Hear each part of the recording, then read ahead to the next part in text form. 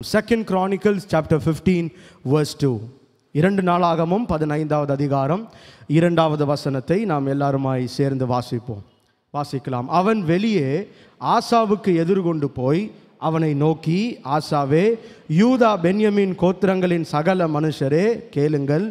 நீங்கள் கர்த்தரோடு இருந்தால் அவர் உங்களோடு இருப்பார். நீங்கள் அவரை தேடினால் உங்களுக்கு வெளிப்படுவார். அவரை விட்டீர்களே ஆகில் அவர் உங்களை விட்டு விடுவார்.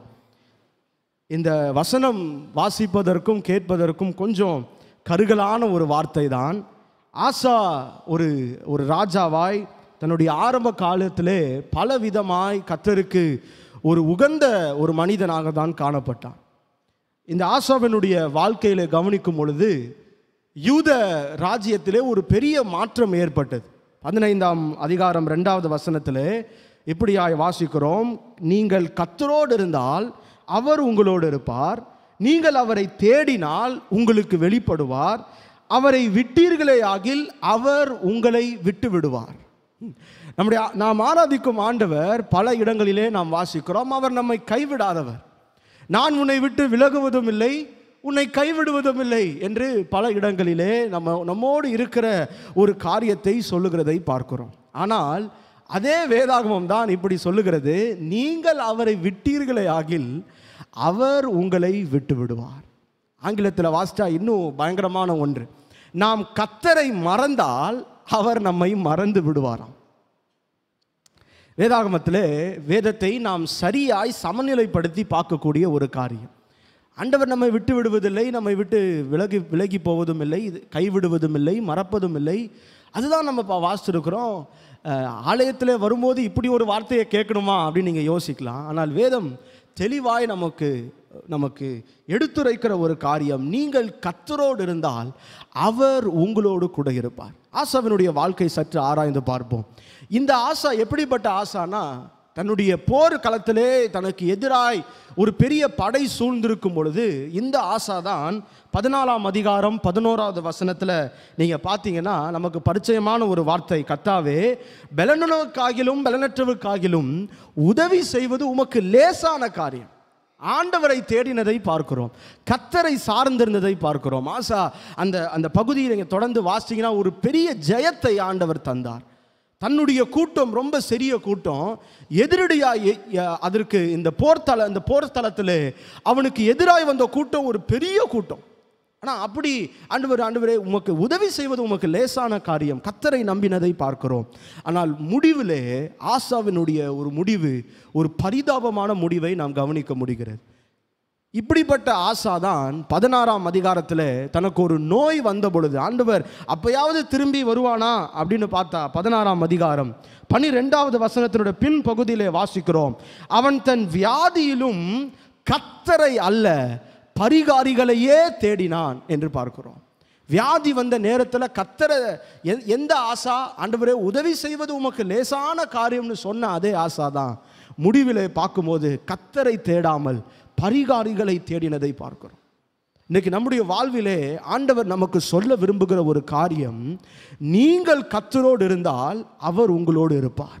நீங்கள் கர்த்தரை விட்டீர்களே ஆகில் அவர் உங்களை விட்டு விடுவார். ஒரு பயங்கரமான ஒரு வார்த்தை அது. யோசித்து பாருங்க, ஆண்டவர் நம்ம மறந்து போனார்னா நம்முடைய வாழ்க்கை எப்படி இருக்கும்? வேதாகமத்தில் இருக்கிற அனைத்து கதாபாத்திரங்களும் நாம் பார்க்கும் பொழுது ஆண்டவர் அடிக்கடி எல்லா மனிதர்களிடம் சொல்லுகிற ஒரு வார்த்தை, நான் உங்களோடு கூட இருக்கிறேன். ஐ ஆம் வித் யூ ஆல்வேஸ். நான் உங்களோடு கூட எப்போதும் இருக்கிறேன். ஆபிரகாம் இடத்துல சொல்லுகிறதை பார்க்கிறோம், ஈசாக்கின் இடத்துல சொன்னதை பார்க்கிறோம், யாக்கோபின் இடத்துல சொன்னதை பார்க்கிறோம், யோசேப்பின் இடத்துல சொன்னுகிறதை பார்க்கிறோம். பயந்து போய் திகைத்து மோசேக்கு அப்புறம் யோசுவா லீடர்ஷிப் அந்த குவாலிட்டி எடுக்கும் பொழுது ஆண்டவர் சொல்லுகிறார், நான் மோசையோடு இருந்தது போல நான் உன்னோடு கூட இருக்கிறேன். நியாயாதிபதிகள் அப்படியே காலத்துக்கு வந்தா ஒவ்வொரு நியாயாதிபதியிலும் நாம் பார்க்கலாம். கிதியோன் இடத்துல சொல்லுகிறார், அப்பா பராக்கிரமசாலியே எழுந்து போப்பா, நான் உன்னோட கூட இருக்கிறேன், ஐ ஆம் வித் யூ. ஆனால் இன்றைக்கு ஆண்டவர் நம்முடைய வாழ்க்கையில சொல்ல விரும்புகிற ஒரு காரியம், நாம் கர்த்தரோடு இருந்தால் அவர் நம்மோடு இருப்பார். அதே வேதம் தான் சொல்லுகிறது, நீங்கள் கர்த்தரை மறந்தீர்களே ஆகில், if you forget God, he will forget us. ரொம்ப பயங்கரமான ஒரு வார்த்தை. ஆண்டவரை நம்ம மறந்து போனோன்னா அவர் நம்மை மறந்து போவார். இது என்ன பழைய ஏற்பாட்டில் தானே சொன்னார், புதிய ஏற்பாட்டில் சொல்லலையே. புதிய ஏற்பாட்டில் இம்மானுவேலராக ஆண்டவர் நம்மோடு கூட தானே இருக்கிறாரு அப்படின்னு நீங்கள் நினச்சிங்கன்னா ஒரே ஒரு ஓமை நான் உங்களுக்கு காண்பிக்க விரும்புகிறேன். லூக்கா 15ஆம் அதிகாரத்தில் 3 விதமான ஓமைகளை ஆண்டவர் அங்கே சொல்லுகிறார். ஒன்று, காணாமல் போன ஆடு, காணாமல் போன காசு, காணாமல் போன குமாரன், அல்லது வழி தப்பி போன குமாரன். அந்த இடத்துல பார்த்தீங்கன்னா ரட்சிக்கப்பட்ட பிறகு, ஆண்டவரை இரட்சகராக ஏற்றுக்கொண்ட பிறகு நமக்கும் ஆண்டவருக்கும் உள்ள உறவு, ஒரு மிக முக்கியமான உறவு என்னவென்று சொன்னால், அவரை நாம் தகப்பன் என்று கூப்பிடுகிறோம். அப்பா பிதாவேன்னு கூப்பிட பண்ணுகிற புத்திர சுவிகாரத்தின் ஆவியை ஆண்டவர் நமக்கு தருகிறார். அப்போ மிக முக்கியமான ஒரு உறவு தகப்பன் பிள்ளை உறவு. நாம் அவருடைய பிள்ளை, அவர் நம்முடைய தகப்பன். தகப்பன் என்பதை மறந்து விட வேண்டாம். அப்போதுதான் ஆண்டவர் ஒரு ஓமையாய் அவர்களுக்கு சொல்லுகிறதை பார்க்கிறோம். ஒரு இளையகுமாரன், பரிச்சயமான ஒரு ஓமை தான். தன்னுடைய அப்பாவினுடைய ஆஸ்தி எல்லாத்தையும் வாங்கிட்டு தூர பிரயாணம் போய் எல்லாம் செலவழிந்த பிறகு, அப்பாவுக்கு எல்லாம் தெரியும், நம்முடைய ஆண்டவருக்கு மறைவானது ஒன்றுமே இல்லை, சகலமும் வெளியரங்கமாக இருக்கிறது. அப்பா பையனை தேடி வரலைங்க. அப்பா பையனை தேடி வரல. வேதத்தில் அங்கே வாசிக்கிறோம் 17வது வசனத்தில், அவன் புத்தி தெளிந்த போது அவனுடைய மனம் மாற்றத்திற்காக ஆண்டவர் காத்து கொண்டிருக்கிறார். ஒரு தகப்பன் காத்து கொண்டிருக்கிறார். தகப்பன் பிள்ளையை தேடி செல்லவில்லை. இன்றைக்கு இயேசுவை இரட்சகராக ஏற்றுக்கொண்ட பிறகு நம்முடைய வாழ்க்கை ஆண்டவருக்கு பிரியமில்லதா இருக்குமானால், வேதம் சொல்லுகிறது அவர் நம்மை மறந்து விடுவார், சற்று தூரமாக இருப்பார்.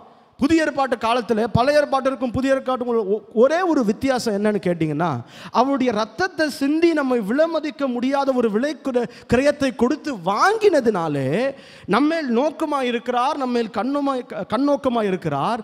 ஆனால் நாம் பாவம் செய்யும் போது, நம்முடைய இருதயத்தை நாம் கடினப்படுத்தும் போது அவர் சற்று விலகி இருக்கிறார். அப்படின்னா முற்றிலுமாக விலகி போகிறல்ல, விலகி போகிற தூரத்தில், நீங்கள் திரும்பி வருகிற தூரத்தில் ஆண்டவர் காத்து கொண்டிருக்கிறார். என் மகன் திரும்பி வருவான். தகப்பன் பிள்ளையை தேடி செல்லவில்லை. அவன் புத்தி தெளிந்த போது அவன் 3 காரியத்தை சொல்லுறான். ஒன்று, என் அப்பாட்ட நிறைய பேர் வேலை செய்கிறாங்க. ரெண்டாவது, நான் அவர்கிட்ட போய் நான் சொல்ல போகிறேன், அப்பா நான் உங்கள் பிள்ளையாக இருக்கிறதுக்கு நான் பாத்திரம் அல்ல, நான் தகுதியானவன் அல்ல.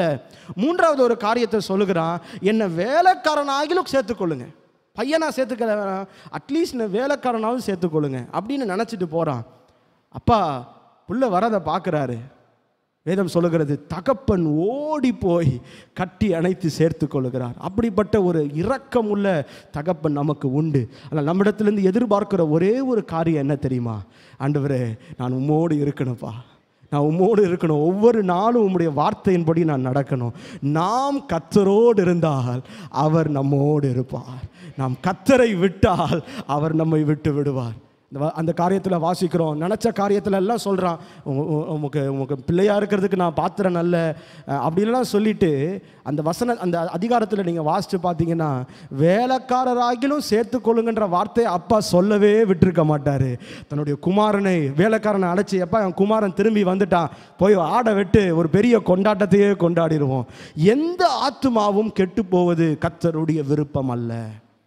எந்த ஆத்மாவும், எந்த ஒரு மனிதனும் ஆண்டவரை விட்டு தூரமாய் போவது ஆண்டவருடைய சித்தம் அல்ல. நரகம் மனிதனுக்காக உண்டாக்கப்படவில்லை, நல்ல ஞாபகம் வச்சுக்கோங்க. அது பிசாசுக்காக, விழுந்து போன தூதனுக்காக ஏற்படுத்தப்பட்டது.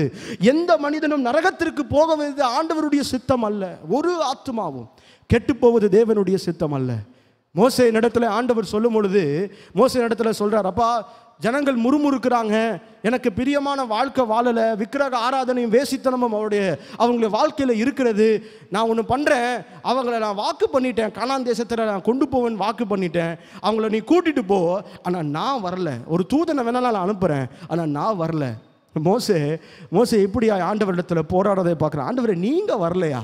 நீங்கள் வரலன்னா ஒரு அடி கூட நான் எடுத்து வைக்க மாட்டேன். உம்முடைய சமூகம் எனக்கு முன்னாடி போகலை, நான் எது வேணாலும் இருக்கட்டும்பா, ஆனால் நீங்கள் வரணும் என் கூட, உம்முடைய பிரச்சனை எனக்கு வரணும். இன்றைக்கி எத்தனை பேர் இந்த ஜெபத்தை நம்ம செய்கிறோம்? ஆண்டவரே, எங்கே போனாலும் நீங்கள் என் கூட வரணும் ஐயா, நீங்கள் இல்லாமல் நான் போக முடியாது. இன்றைக்கி ஒருவேளை கொஞ்சம் கற்பனை பண்ணி பார்ப்போம். ஒருவேளை நம்ம ஆண்டவர்கிட்ட நிறைய காரியங்களுக்காக, உலக பிரகாரமான தேவைகளை ஆண்டவரிடத்தில் கேட்குறோம். எனக்கு படிப்பு வேணும், வேலை வேணும், திருமணம் ஆகணும், பிள்ளை நடக்கணும், எல்லா காரியங்களையும் கேட்குறோம். ஒருவேளை ஆண்டவர் இப்படி சொன்னார்னு வச்சு வச்சுக்கோங்க. எப்பா நான் உனக்கு எல்லாமே தந்துடுறேன், நீ என்னுடைய பிள்ளையாச்சே, நான் உனக்கு எல்லாத்தையும் தந்துடுறேன், ஆனால் நான் உன் கூட வரல அப்படின்னு சொன்னார்னா எத்தனை பேர் இந்த பதிலை சொல்லுவோம்? ஆண்டவரே நீங்கள் வரலனா பரவாயில்ல, எனக்கு எல்லாம் வேணும்ப்பா, நாங்கள் எப்படியாவது நான் திரும்பி வந்துடுறேன் அப்படின்னு நம்முடைய இருதயத்தில் அப்படி நினைத்தோமானால் அதை விட ஒரு பரிதாப நிலை வேற என்னங்க இருக்க முடியும்?